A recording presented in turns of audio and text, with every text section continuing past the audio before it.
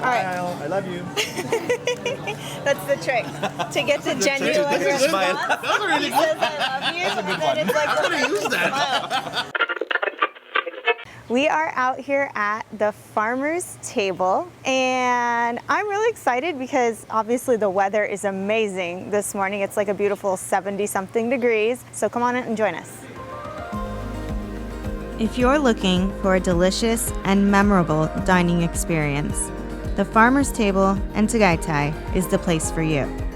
Not only will you be treated to delectable farm-to-table cuisine made from the freshest, locally sourced ingredients, but you'll also be supporting a restaurant that values sustainability and environmental responsibility.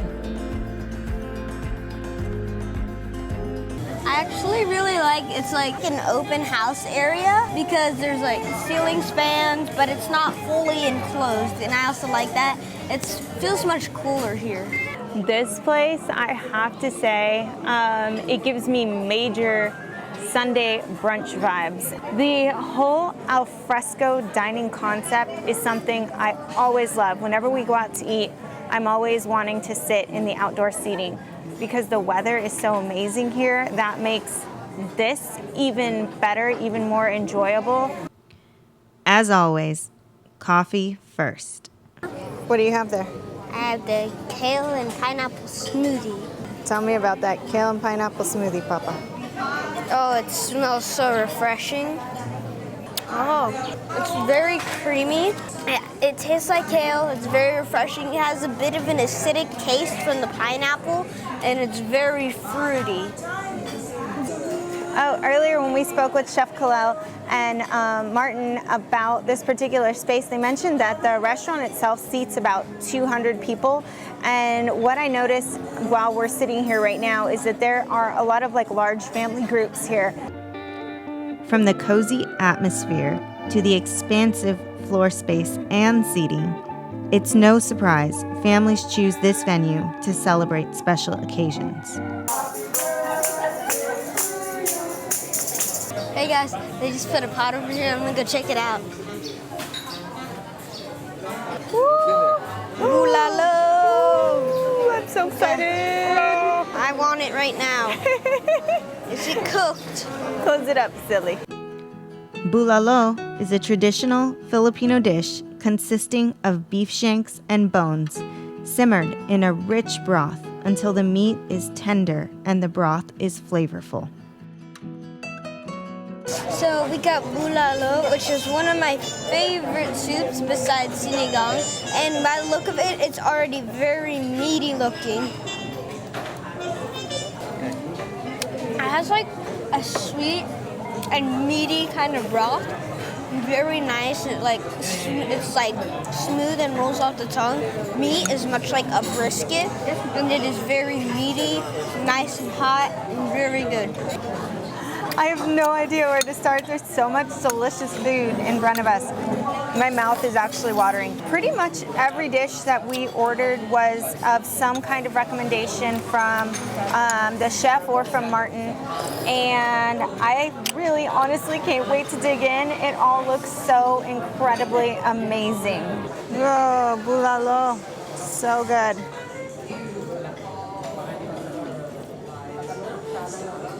Oh my gosh.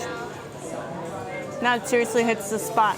That is like, for me, the way I see it, that is one of the most classic Filipino comfort foods. If you're not feeling well, or if it is a cool, rainy day, that's exactly what I would go for. I love bulalo. Bulalo is typically served with rice and is a popular comfort food here in the Philippines. The dish is considered a specialty of the Tagaytay region, where it is often made with locally sourced beef and ingredients. I have Chef Kalel. You are the head chef here? The corporate chef of Raintree. Of Raintree. Yes. Oh, wow. So all the restaurants. Yeah. So you're the brain behind all the good food I get to eat. Us. And chotomate. Chotomate in the brain. Yeah. Martin, what is your title for Raintree? I'm technically the COO. Okay. The child of the owner. No, I'm just kidding. No, but I do a lot of the operation stuff, and we work well together doing the menus and the concepts. Oh my goodness, that sounds crunchy. So the chef just brought this yogurt to us, and he said that these tomatoes were actually just freshly picked from the garden right outside. So I'm gonna serve some up to Kason right now. Feed it to me.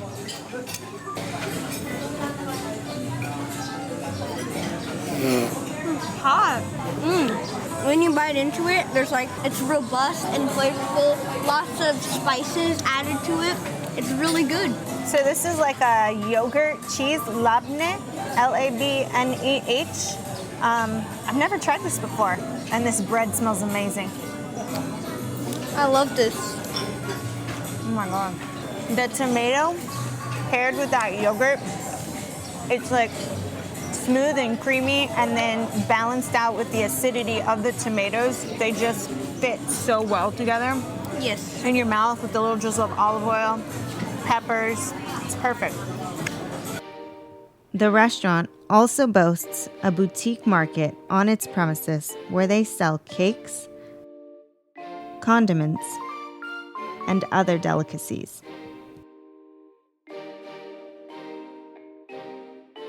So this is the Hot House cauliflower, and I think it's deep fried broccoli or crispy broccoli.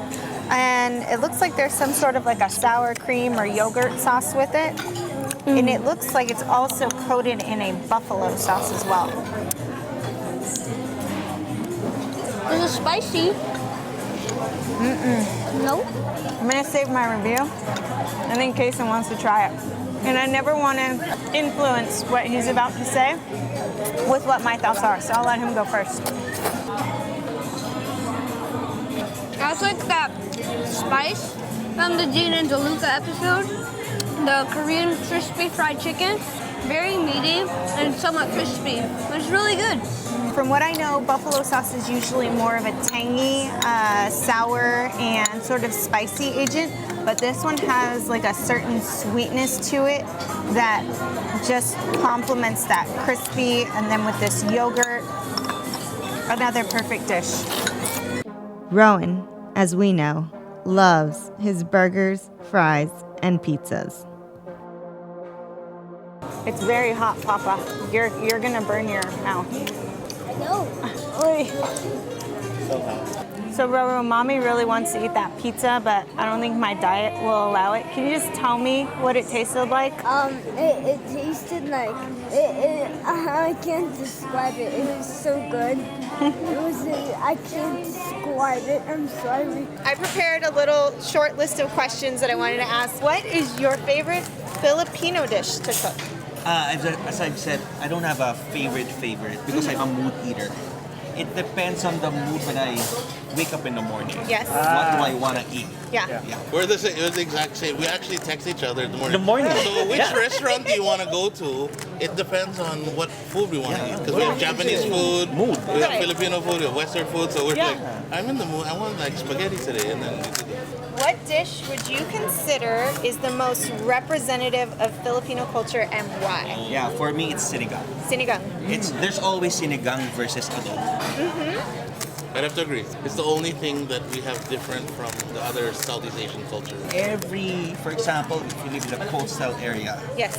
in the lowlands, highlands, there's a certain souring agent Yes. that they use. Yeah. See, for me, I automatically think sisig. Sisig. Yeah. I think also is that, Luzon, Visayas, Mindanao, there are three completely different cultures. Types of sinigang. Yeah. Culture, not even just the sinigang, even the way they eat, their taste, completely different. I think it should be split into sometimes 3 different regions. Provincial, right? Yeah, provincial.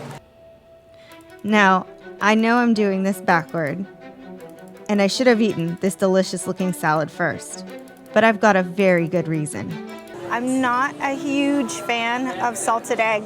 You guys know I'm not a salted egg kind of person. And I'm a little wary of this salted egg dressing. Plus, it's probably creamy, so diet-wise, I probably can't eat a lot of it. So I'm just gonna dip my fork in there.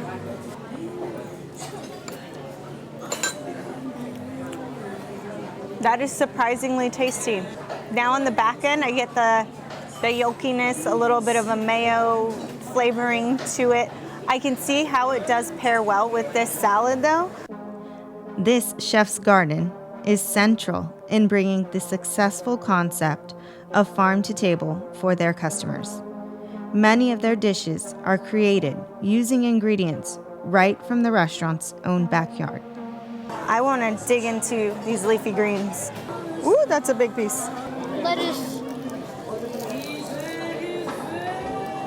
I would just bit my tongue. It's so incredibly fresh. Little hint of saltiness, sweetness from the mango, the jackfruit, crunchy from the jicama. Another perfect combination. How did you get into cooking? So yeah, I was exposed. I lived in La Union. I grew up there, and I was exposed to cooks, Lola, Okay. yeah, at a young age. Ah. I was the third generation of a restaurant family. So my grandmother in the 60s and 70s had restaurants in Manila. Oh, very cool. And then my parents ran hotels there. So it runs in your blood. Yes. Yes. All right, Kason said I gotta eat this head first. Yes. Tuyo, or on the menu it's called tawilis. What's so the difference? There's no difference. I actually Googled it. Tuyo and tawilis are the same thing. Tell me the difference, viewers, between tawilis, tuyo, and dilis. What's the difference? Head first, according to Kuya. I'm scared.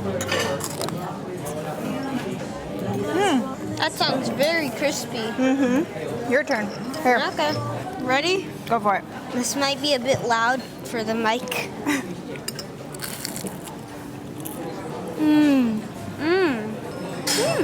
It tastes like a crablet, kind of. Less salty, just way more crispy. And not much meat in there, actually. If you look inside, it's a bit hollowed out. Really good, though. It has like this chicharron crunchiness to it. Like I can see that as like a pulutan with some San Miguel for sure. One of the advantages of this restaurant is that it is located on the same property as the Nurture Wellness Village, pioneers of the wellness spa in the Philippines.